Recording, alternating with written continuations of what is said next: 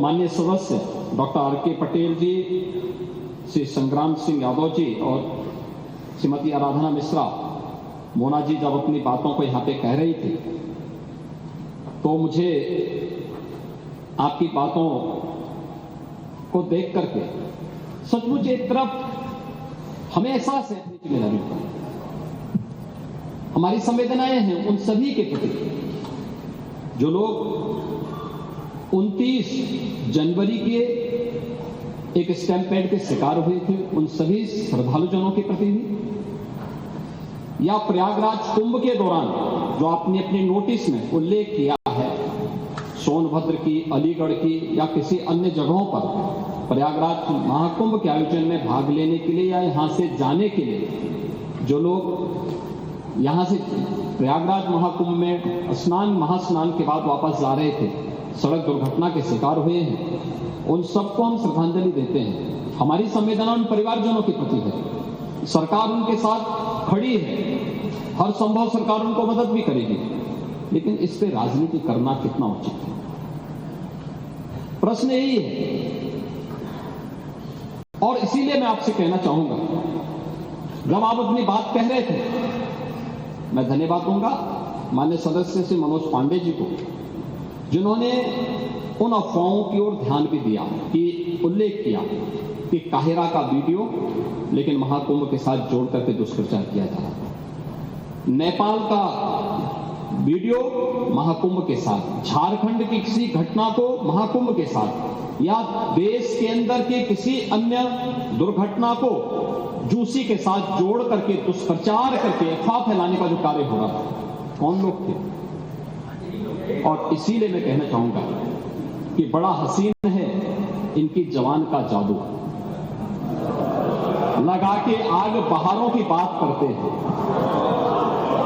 जिन्होंने रात में चुन चुन के बस्तियों को लूटा, वही नसीबों के मारों की बात करते हैं।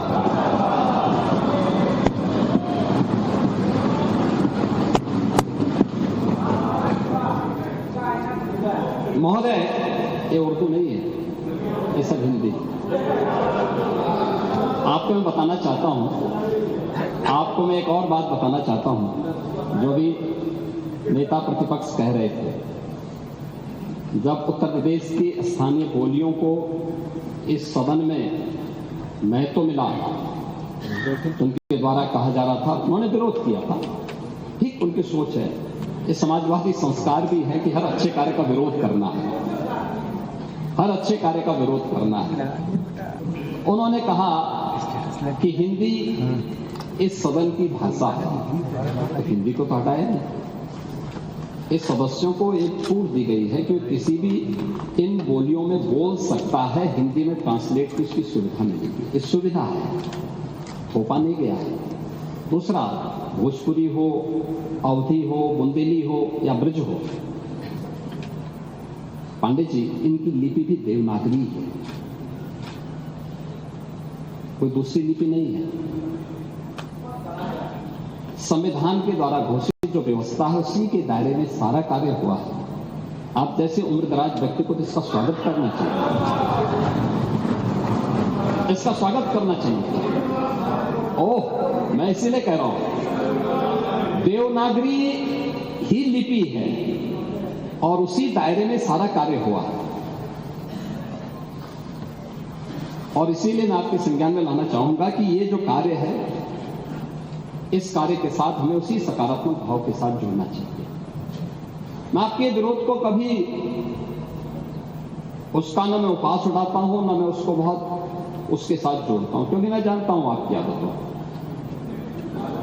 और मुझे मालूम है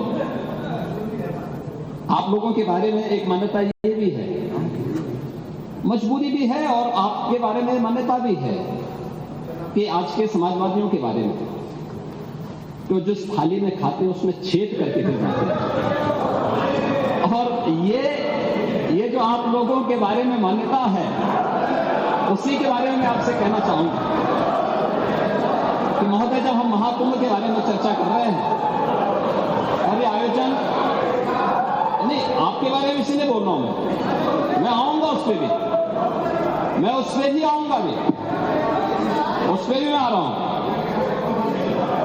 जब एक महाकुंभ का विरोध पहले दिन से कर रहे थे, महोदय मैं एक एक करके इनके बयानों को यहां पे उद्धृत करना चाहूंगा और पिछले सदन में भी मैं याद दिलाना चाहूंगा, जब हम लोग यहां पे इसी सदन में आए थे तो महाकुंभ में चर्चा, उस समय महाकुंभ की तैयारियां चल रही थी और चर्चा के लिए एक दिन निश्चित किया गया था।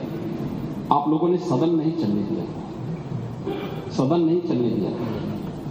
अच्छा होता महाकुंभ के पहले सदन में पूरे दिन भर की चर्चा होती, हम उस व्यवस्था के बारे में चर्चा करते, आपके अनुभव का लाभ लेते, लेकिन आपने चर्चा नहीं होने दी। लेकिन पहले दिन से ये चर्चा, पहले दिन से ये अफवाह और इस प्रकार का दुष्प्रचार आपके द्वारा निरंतर होता रहा। आप याद करिए, समाजवादी पार्टी के राष्ट्रीय अध्यक्ष ने महाकुंभ आयोजन के पहले इस बारे में कहना शुरू किया कि साहब इतना पैसा और इतना विस्तार देने की आवश्यकता क्या है। उनका बयान कि हमारी सरकार से अपील है कि बहुत सारे बुजुर्ग जो 65 साल से ऊपर और 70 साल से ऊपर के लोग हैं स्नान नहीं कर पाए। उसके बाद फिर उनके बयान आए जब शुरू हो गया। फिर लगातार अगर समाजवादी पार्टी के सोशल मीडिया हैंडल को देखें, वो आपके संस्कारों के अनुसार भाषा का प्रयोग भी करते हैं और जिस प्रकार की भाषा का उसमें प्रयोग किया जाता है, मुझे लगता है किसी भी सभ्य सोसाइटी के लिए वो भाषा कभी शोभा नहीं देगी। आप लोगों के अपने संस्कार हो सकते हैं, आप लोगों का अपना व्यवहार हो सकता है, लेकिन कोई सभ्य समाज और कोई सभ्य सोसाइटी उसको कभी मान्यता नहीं दे सकती। लेकिन उसके माध्यम से लगातार दुष्प्रचार किया गया। यही नहीं, ये भी मांग हुई, देखिए आपकी पार्टी के ही नेता, आपके अध्यक्ष ने कहा कि हम मांग करते हैं कि अकबर का किला जो बिल्कुल संगम नोच पर वहां जो वट वृक्ष है उसकी पूजा करते हैं। सरस्वती नदी भी वहीं से निकलती है। आप देखिए, यानी अक्षय वट का नाम भी उनको नहीं मालूम कि आज उत्तर प्रदेश का वासी कोई भी उत्तर प्रदेश के बाहर जाएगा, देश में जाएगा, दुनिया में जाएगा तो जरूर सम्मान पाएगा। आज उसका कोई अपमान नहीं करता। लोग सम्मान की निगाहों से देखते हैं, लोग सम्मान की निगाहों से देखते हैं।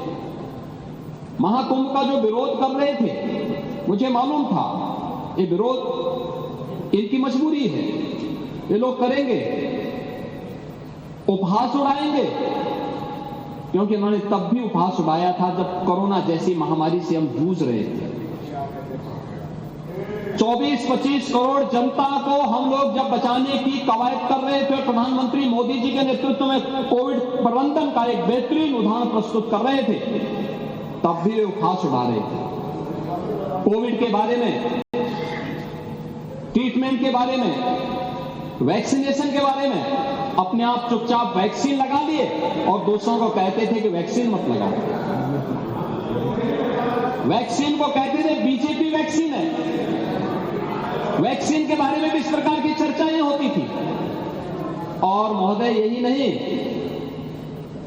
जब 500 वर्षों का इंतजार समाप्त हुआ, अयोध्या में रामलला में भगवान राम के भव्य मंदिर के निर्माण का कार्यक्रम संपन्न हुआ, तब भी उन्होंने विरोध किया। अयोध्या में राम मंदिर का विरोध, यानी माननीय उच्चतम न्यायालय के एक संविधान पीठ के द्वारा सर्वसम्मत से फैसला देकर के 500 वर्षों के इस विवाद का पक्षेप किया गया। अयोध्या में रामलला का विराजमान होता है, तब भी समाजवादी पार्टी इसका विरोध की।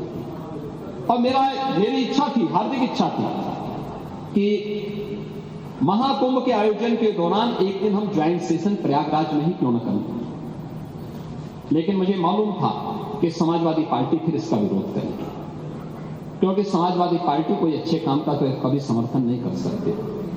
नहीं, देखिए हमने अयोध्या में राम जन्मभूमि दर्शन करने के लिए जब इसी सदन में प्रस्ताव आप लोगों ने दिया, तो आपके प्रस्ताव पर अध्यक्ष जी ने सहमति दी, दोनों सदनों के सभी सदस्य जाने को तत्पर हुए, समाजवादी पार्टी वॉकआउट कर गई। नहीं, आपका नहीं भाई, शिवपाल जी तो नहीं जा पाते, शिवपाल जी का तो रास्ता नहीं है, वो चच्चू तो जो है यहां से पश्चिम की तरफ जाते हैं। हम तो कह रहे हैं सबके हैं, हमने तो इसीलिए कहा सब लोग चलिए, लेकिन आप लोगों ने विरोध कर दिया। मोना जी गई थी और भी माननीय सदस्य गए थे, लेकिन मेरा यह कहना है इसीलिए प्रयागराज के बारे में हम लोग ज्वाइंट सेशन से अपने आप को दूर रखें कि नहीं, छोड़िए, जाने दीजिए, जिसकी मर्जी आएगी जाना चाहेगा, जिसकी मर्जी आएगी नहीं जाना चाहेगा। मैं तो अध्यक्ष जी से कहूंगा कि एक दिन जरूर रखें मान्य सदस्यों के लिए कि प्रयागराज में जाकर के आस्था की डुबकी लगा लो। बहुत सारे सदस्य इसका इंतजार और ऐसे बहुत सारे सदस्य इसका इंतजार और जाना चाहिए, क्योंकि देश आ रहा है, दुनिया आ रही है। आप मुझे बताइए, आज 56 करोड़ से भी श्रद्धालुओं ने अब तक वहां पे आस्था की डुबकी लगाई है। अगर मैं भारत के अंदर देखूं, 140 करोड़ की आबादी में 110 करोड़ सनातन धर्मावलंबी हैं। कुछ और भी मिला लेते, मान के चलिए कि हर एक परिवार में 4 सदस्य होंगे, तो हर परिवार के 2 सदस्यों ने अब तक वहां डुबकी लगाई है। तो ये लोग क्यों वंचित रहेंगे? ये क्यों वंचित रहना चाहिए? जो अगर बहुत सारे लोग इंतजार कर रहे होंगे कि हो सकता है कि यहां पे कोई हम सेशन कर लें, मेरा कहना है कि एक अवसर मिलना चाहिए मान्य सदस्यों को, वहां पे जाकर के व्यवस्था की डुबकी लगाएं। महोदय, इसके बारे में बहुत सारे दुष्प्रचार किए गए और बहुत सारी चीजें, उन पर मैं भी उसी पे मैं चर्चा करूंगा। लेकिन मैं इससे पहले महाकुंभ के आयोजन के बारे में जो व्यवस्थाएं बनाई गई हैं, और मैं उसकी तुलना भी करना चाहूंगा कि कैसे वहां पर उस आयोजन के साथ हमारी सरकार को जुड़ने का अवसर मिला और पिछली सरकारों के समय क्या हुआ था। अब आप लॉजिस्टिक की ही बात करते हैं महोदय, मैं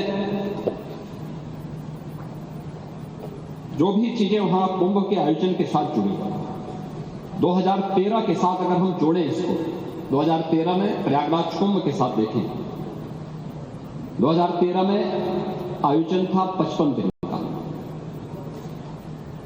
और 2025 के महाकुंभ में आयोजन है 45 दिन का। आयोजन की तिथि न मैं तय करता हूं, न सरकार तय करती है। ये हमारी धार्मिक व्यवस्था का एक हिस्सा है और उसके अनुसार जो मुहूर्त होंगे, उस मुहूर्त के अनुसार ये आयोजन तय होते हैं। ये पौष पूर्णिमा से और महाशिवरात्रि के बीच का आयोजन कुंभ के आयोजन के लिए होता है। यही आयोजन इस पूरी उसके साथ जुड़ता है। मेले की अवधि 55 दिन थी 2013 में, और इस बार यह अवधि है 45 दिन की। 2013 में कुल जो क्षेत्रफल था यह 1936 हेक्टेयर का था। यानी अगर हम इसको एकड़ में देखेंगे तो ये मुश्किल 5000 एकड़ का भी नहीं होता। और इस बार हम लोगों ने इसको बढ़ाया है, लगभग 10,000 एकड़ से अधिक क्षेत्रफल में महाकुंभ के आयोजन को हमारी सरकार आयोजित कर रही है। 2013 में 14 सेक्टर में था, इस बार ये आयोजन है 25 सेक्टर में। पार्किंग का स्पेस जो आपके पास था उस समय कुल 635 हेक्टेयर में आप लोगों ने पार्किंग की सुविधा दी थी, और इस बार हम लोगों ने पार्किंग की सुविधा दी है 1850 हेक्टेयर केवल पार्किंग की सुविधा दी। यानी 4000 यानी 5000 एकड़ से अधिक क्षेत्रफल में केवल पार्किंग की सुविधा दी है। 2013 में प्रयागराज सिटी के अंदर हमारे पास एक अवसर होता है कि इस प्रकार के आयोजन सिटी के निश्चित डेवलपमेंट के प्लान को भी आगे बढ़ाएं। आपने देखा होगा 2013 में प्रयागराज सिटी के बारे में कोई आरओबी नहीं, कोई पक्के घाट नहीं, रिवर फ्रंट के लिए कोई कार्य नहीं हुआ। लेकिन हमारी सरकार को इस सौभाग्य जाता है कि 2019 में हमने 9 आरओबी और 6 अंडरपास बनाए थे, और 2025 में हमारी सरकार ने जो पैसा वहां खर्च किया उसमें प्रयागराज सिटी के अंदर 14 फ्लाईओवर बनाए हैं, 14 नए फ्लाईओवर बनाए हैं, 9 उसमें पक्के घाट बनाए हैं, 7 रिवरफ्रंट रोड का निर्माण किया गया है। अस्थायी घाट 2013 में केवल 4 किलोमीटर का था, इस बार जो अस्थायी घाट बने हैं वह 12 किलोमीटर का बनाया गया है। शटल बसेज आप लोगों ने 2013 में एक भी नहीं चलाई थी, याद करना। इस शटल बसेज ही फ्री में श्रद्धालु जनों को कुंभ के नजदीक क्षेत्रफल में संगम के आसपास के क्षेत्र तक पहुंचाती है, एक भी नहीं थी। इस बार 550 बसेज केवल शटल बसेज हैं जो श्रद्धालु जनों को वहां तक पहुंचाने का काम कर रही है। रोडवेज की बसेज आपने 2013 में कुल 2300 खरीदी थी, इस बार हम लोगों ने 7000 बसेज केवल श्रद्धालुओं की सुविधा के लिए वहां लगाई है। बस स्टैंड आपके समय में मात्र 3 थी, हमने 7 बनाए हैं। सड़कों के चौड़ीकरण का कार्य आपके समय में मात्र 55 का हुआ था, हम लोगों का सौभाग्य है कि 19 में 125 सड़कों को 2 लेन से 4 लेन, 4 लेन को 6 लेन में, और 2025 में 200 से अधिक सड़कों को हम लोगों ने इसके साथ जोड़ा है, जो 2 लेन से 4 लेन, 4 लेन से 6 लेन बनाने का काम हुआ है। नालों की स्थिति, एक बड़ी चर्चा इसमें हो रही है और मैं सोच रहा था कि हो सकता है कि कुछ माननीय सदस्य इसके बारे में यहां चर्चा भी हो सकता करेंगे, लेकिन हो सकता उनका संज्ञान नहीं आया होगा। और है जिस प्रकार का दुष्प्रचार लोग करने में लगे हैं, उत्तर प्रदेश को, महाकुंभ को, सनातन धर्म को बदनाम करने के लिए, देश को बदनाम करने के लिए जो साजिशें रचने वाले तत्व हैं, वे लगातार इस प्रकार का दुष्प्रचार करते हैं। पहले मैंने कहा ना, जो काहिरा में अग्निकांड की घटना को प्रयागराज के साथ जोड़ना, नेपाल की घटना को, झारखंड की घटना को, या वेस्ट बंगाल की घटना को, या देश के अंदर की किसी बड़ी दुर्घटना को प्रयागराज के साथ जोड़ना, इस प्रकार के लगातार वीडियो सोशल मीडिया हैंडल के माध्यम से, डिजिटल मीडिया के प्लेटफॉर्म पर भी आप देख सकते हैं। ऐसे ही जल की गुणवत्ता के बारे में भी प्रश्न खड़े करने के प्रयास हुए। याद रखना, 2013 में बायोरेमेडिएशन या जियो ट्यूब की व्यवस्था बहुत सीमित थी, और परिणाम क्या था? पूरा कुंभ अव्यवस्था, गंदगी और अराजकता का एक अड्डा हो चुका था। उस स्थिति को सोचिए जब मॉरिशस के माननीय प्रधानमंत्री 2013 में प्रयागराज महाकुंभ में पधारे थे और गंगा में गंदगी देख करके, अव्यवस्था देख करके, पॉल्यूशन की मात्रा को देख करके उन्होंने स्नान करने से इनकार कर दिया। और 2025 में जब हम लोग आए हैं तो मैंने तो आपको आंकड़े बता दिए कि 56 करोड़ से अधिक श्रद्धालु अभी स्नान कर चुके हैं, एक सप्ताह बाकी है।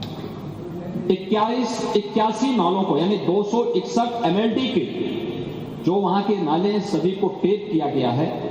और टेप ही नहीं किया गया है, बल्कि उसके बारे में जो सरकार की व्यवस्थाएं बनाई गई है, उसके बारे में मैं विस्तार से सदन में कहना चाहूंगा, क्योंकि बहुत सारे लोग अभी उसके बारे में दुष्प्रचार करने की अपनी उस प्रवृत्ति से बाज नहीं आएंगे, और इसलिए मैं उसके बारे में बताना चाहूंगा कि गंगा जी हो या यमुना जी हो, प्रयागराज के जितने भी वहां पे संगम स्थल से जुड़े हुए जितने भी वहां के अगल बगल के जितने भी नाले हैं, जितने भी इस प्रकार के सीवर का है, ड्रेनेज का है, सबको टेप करके या तो STP में या बायोरेमेडिएशन या जियो ट्यूब के माध्यम से उनके शुद्धिकरण के बाद ही उसे वहां पर वो किया जा रहा है।